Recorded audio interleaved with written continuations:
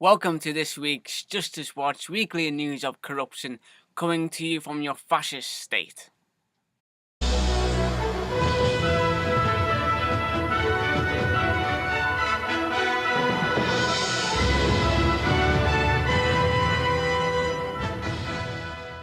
We start this week with the same trend of a death in police custody.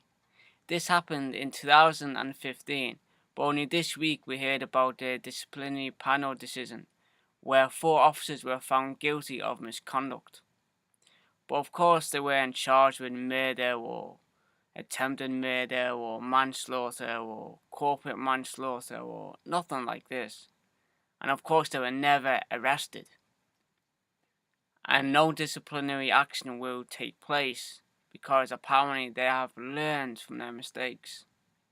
A member of the public died whilst being in direct contact with them. Died in a concrete box on a concrete floor. Arrested for something as simple as a public order offence. And he's dead. Dead. His family have lost a member of their family. Just like that. And these people just get off. So, the next time you kill someone and you're up in court, just tell the judge that you don't need to go to jail, you don't need to have a criminal record, you don't need to be disciplined. You know, you've learned from your mistakes and you won't kill anyone again. But only if you're a police officer. If you're a member of the public, you will go to jail for life. The next story is a police officer was found guilty of 11 sexual offences but cleared of 7. A police officer who had been in the police force for 24 years. A Jason Lobo. He was basically making sex tapes with people he met on a dating website. And he was obviously using his own police uniform and his own handcuffs and police batons in these sex tapes which he was making.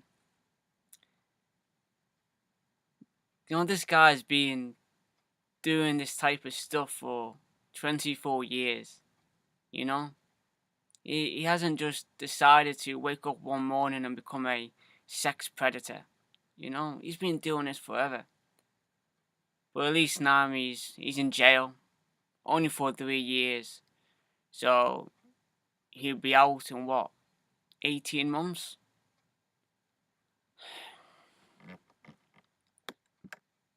The next story is about a PCSO who was also arrested on charges of rape and sexual offences. He was getting abuse victims to do sexual favours for him.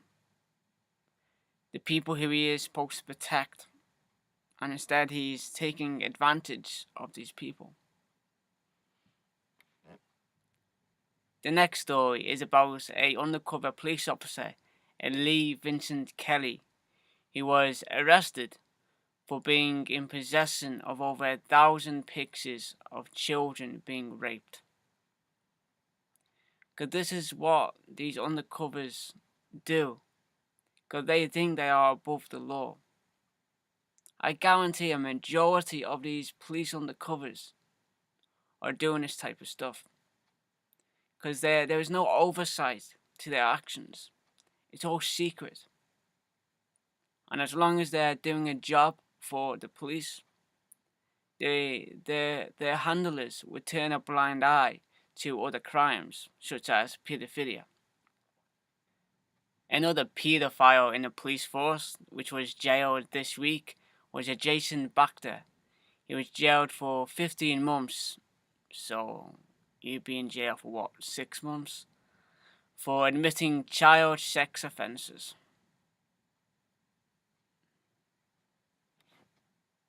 Hopefully next week another paedophile police officer will be in jail.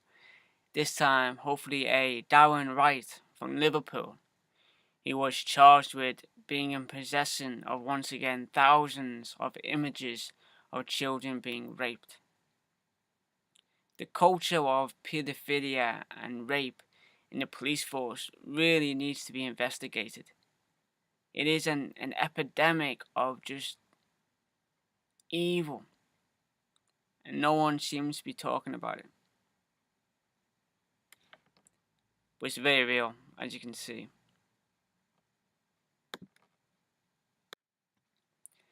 Despite the fact that we live in a police state, crime has gone up by 13% within the past 12 months, apparently. And apparently it's more dangerous than New York and London. Because the police are not interested in catching real criminals like rapists and pedophiles and murderers. They're more interested in censoring people. 9 people a day are arrested for trolling on the internet, for hate speech. This is fascism. This has got nothing to do with protecting the public. It's about censorship. The police are not here to protect me or the public.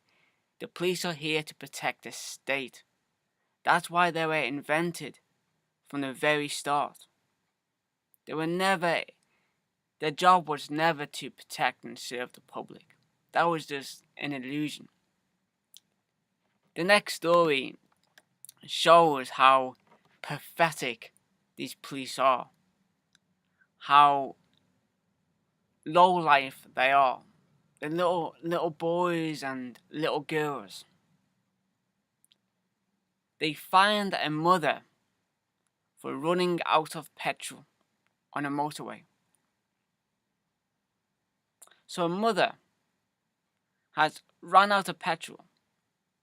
So the police pull up and find her. They don't help her, stranded on the motorway. No. It's the police job to harass us, the public, to take our money, to censor us. That's their job. They're not interested in catching the bad guys.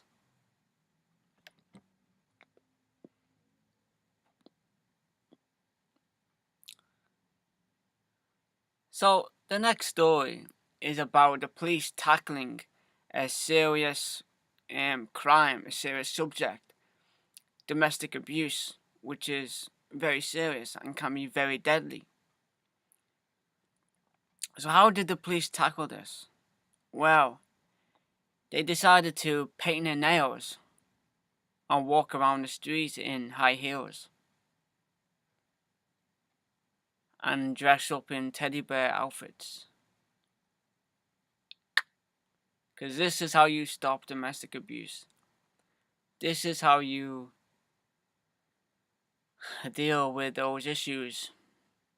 You paint your nails and walk around in high heels.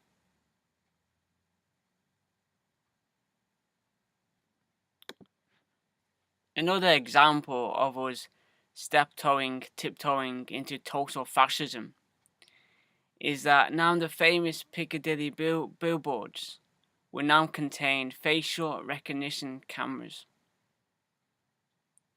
It really is becoming like Big Brother. It's here, and it's only going to get worse. Talking about fascism, NATO decided to blow up a journalist this week while she was traveling in a car. Because real journalists get killed, very similar to Michael Hastings, who was also blown up in a car in America as he was investigating the CIA on a up-and-coming article which he was writing, which obviously never got published. Because these are the real journalists, not the prostitutes and the media whores that you read in these so-called newspapers.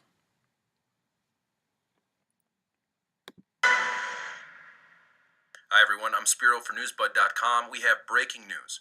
This morning on Monday, October 16th, 2017, Malta's best-known investigative journalist, Daphne Galizia, known for exposing government corruption, said goodbye to her family and left her home.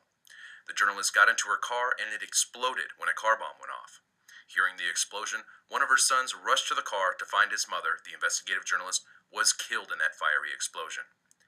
condolences to the family. Daphne Galizia was openly critical of top politicians, including the Prime Minister of her home country, Malta, accusing them of corruption. She was named on a list of 28 people shaping, shaking, and stirring Europe in 2017. Just 2 weeks before the journalist was killed, she had filed a complaint with police that she had been receiving threats. Now, this story just broke, and the few media outlets reporting on this are implying that this murder may be politically driven, and is only limited to Malta. But there is much more to this story, as this journalist was getting too close to something much bigger, and she was assassinated for it. This story connects to Malta's role as one of the main hubs for offshore banking and money laundering for Operation Gladio B, and Malta's connection to Azerbaijan and its role in heroin trafficking and weapons trafficking, supplying weapons to terrorist groups like ISIS and Al-Qaeda under the CIA and NATO's Operation Gladio B. Newsbud was the only independent media with in-depth, extensive coverage on Azerbaijan's role in all of this and exposed those responsible, going on record naming names.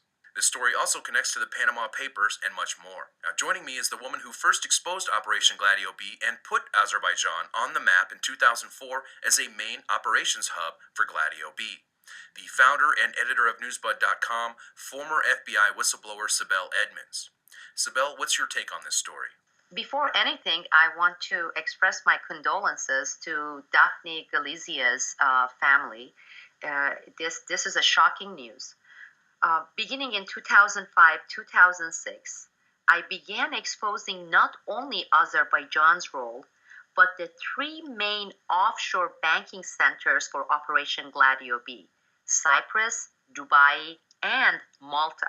In some ways, the Panama Papers partially exposed Malta's role as a banking center for money laundering. However, Panama Papers doesn't even begin to touch the real role of Malta for almost 2 decades as part of Operation Gladio B, operating as the financial money laundering center along with Dubai and Cyprus. I see that the mainstream media report so far, from what we have seen, focuses on Daphne Galizia's exposure of the local politician, including the Prime Minister of Malta. But this case goes way beyond corruption. Daphne got too close to the heart of Operation Gladio B's operations. And this is right after the exposure that we covered at Newsbud dealing with Azerbaijan's role and Silkway. And this was something that Operation Gladio B could not tolerate. And we have been seeing the most drastic measure that can be taken against any investigative journalist. And this is a plain assassination using car bomb to blow up a journalist that got to just too close to the heart of Operation Gladio B. With this assassination, what we are looking at is a chilling message from the Operation Gladio B to any investigative journalist or investigative blogger that dares to get too close to this operation and its exposure.